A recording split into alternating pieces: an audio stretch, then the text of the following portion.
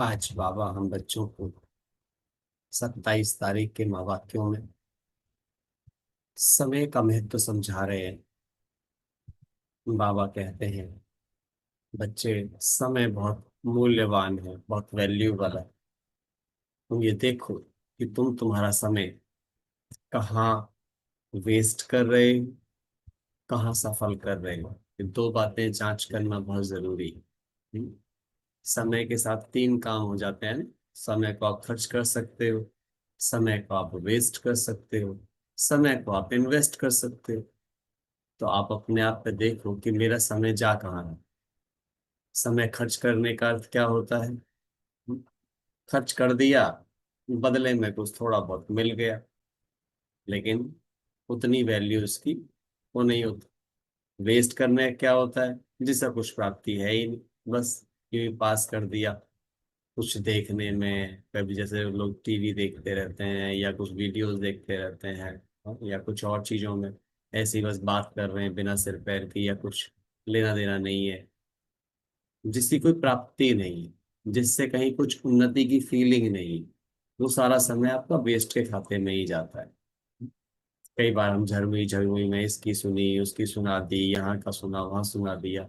कभी जब बहुत ध्यान से बाबा क्यों चार्ट रखने की बात करते हैं, उसमें समय सबसे बड़ा कारण है।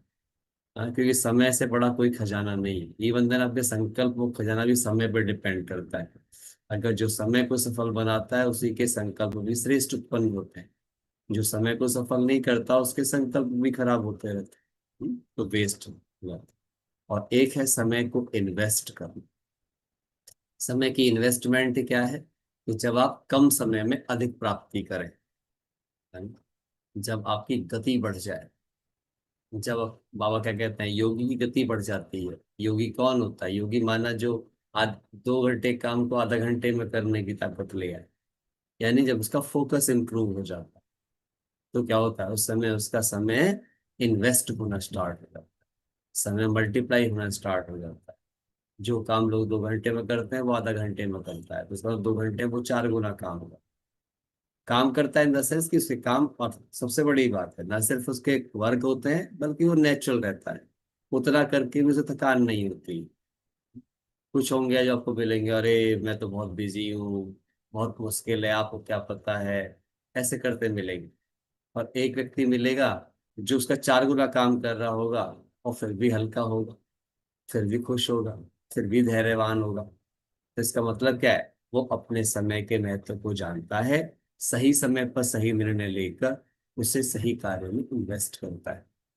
तो आपको पूछना है कि आप अपने समय रूपी खजाने के साथ क्या कर रहे हैं।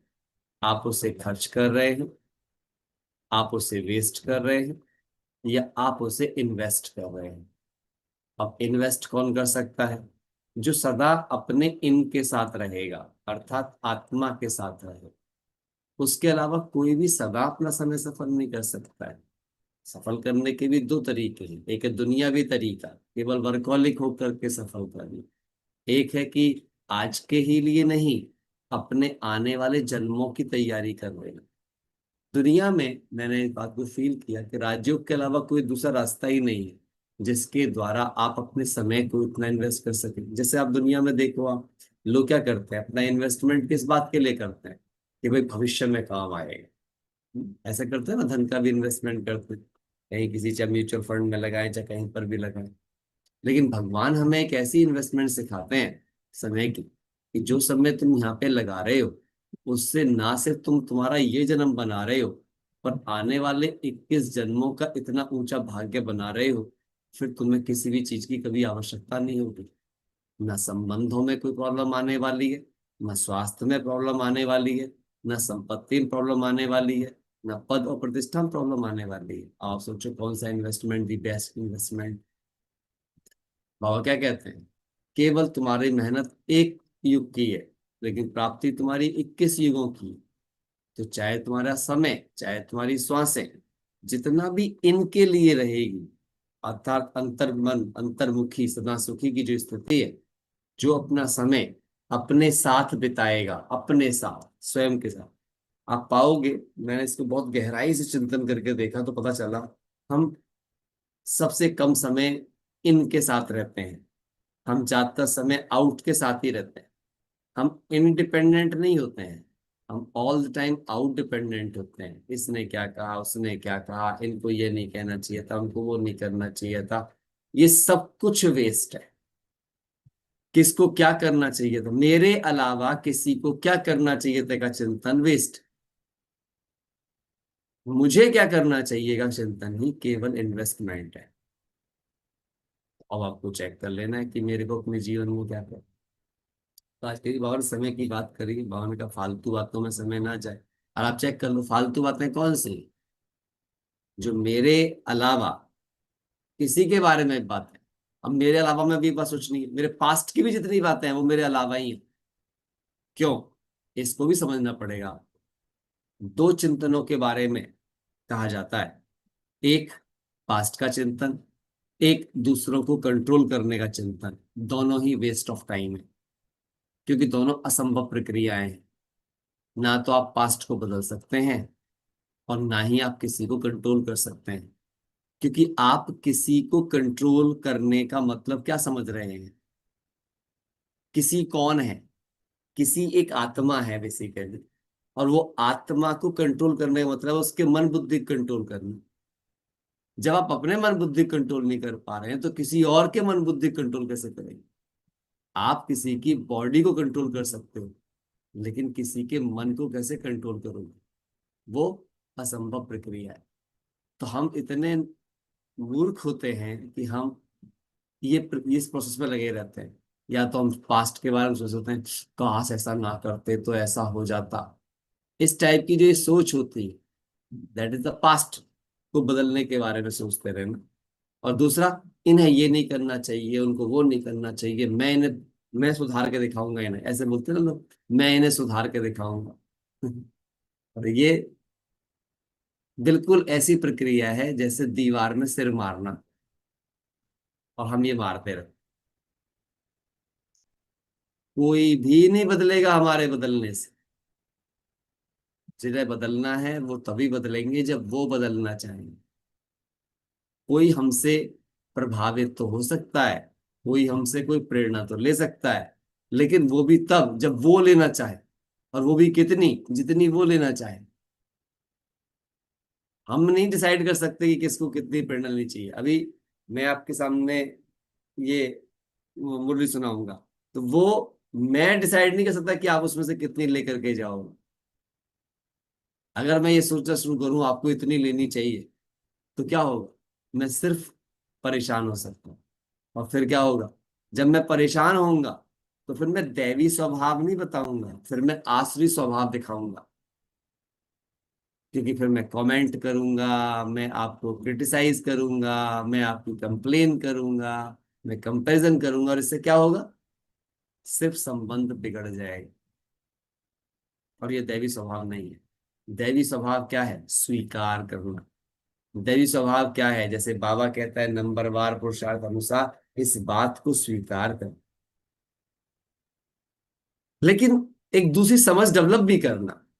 जैसे बाबा कहते हैं तुम चाहे तो जो चाहे सो कर सकते हो, लेकिन बाबा अगली बात कह देते हैं, करोगे उतना ही जितना तुम्हारी ड्रामा में नूंद है, उससे ज्यादा तुम कर नहीं पाओगे।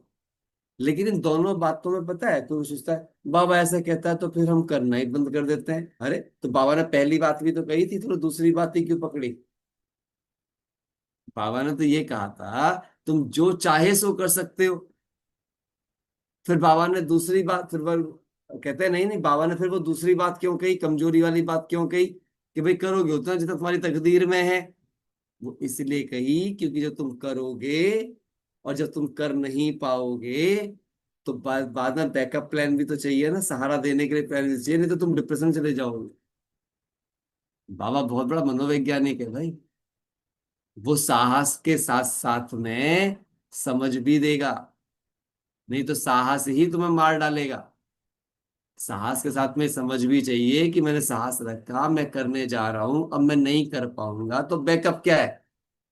नहीं कर पाया हूं तो दोबारा उठने के लिए मेरे पास में क्या साधन है। समझ आ रही है बात या नहीं समझ आई। तो दैवी स्वभाव है ये, है ना। कभी भी क्या होता है, क्योंकि पता है बाबा जानता है ह्यूमन एरर नाम की चीज को। तुम ह्यूमन हो इस समय पर, ना तुम आत्मा हो केवल, ना तुम शरीर हो केवल, तुम जीवात्मा हो। और जीवात्मा की लिमिटेशन को परमात्मा जानते हैं। अब आप सोच के देखो, बाबा ब्रह्मा के तन में आए, सोचने की बात है। बाबा ब्रह्मा के तन में आए, तो आने के बाद में बाबा ने अपने लेवल पे काम किए होंगे कि ब्रह्मा के तन के लेवल पे काम किए होंगे? चेक कर। ये बात समझ आना बड़ा बहुत सूक्ष्म चीज है ये।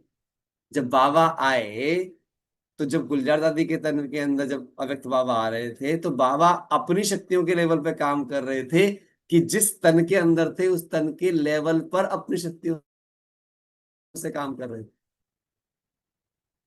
ड्राइवर कितना भी अच्छा क्यों ना हो, अगर गाड़ी खड़खड़ खड़खड़ करने वाली है, तो क्या उसे वो अपनी स्पीड में चला सकता है जितनी उसमें स्पीड चलाने की कैपेसिटी है?